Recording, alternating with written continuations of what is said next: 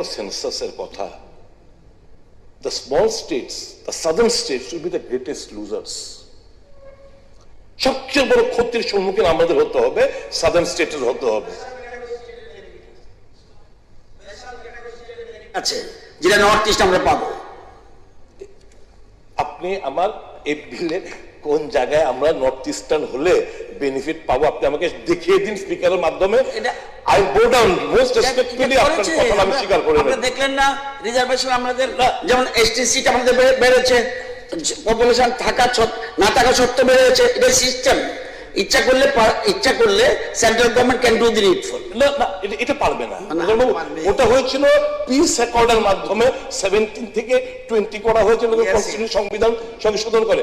কিন্তু so far as delimitation of this constitution is concerned, that also আপনারা কেড়ে নিতে চাইছেন, ডিলিমিটেশন কমিশনের পাওয়ারটা কেড়ে নিতে চাইছেন। सेंसस 815 प्लस 35 850 किस आधार पे आपने बोला है? अगर 2011 का सेंसस लोगे इसका मतलब है पॉपुलेशन बेस, तो आपने पॉपुलेशन अभी तय नहीं हुआ, अभी कैसा 850 815 प्लस 35 यूनियन टेरिटरी, टोटल 856, आपने कहां से यह तय किया बताइए?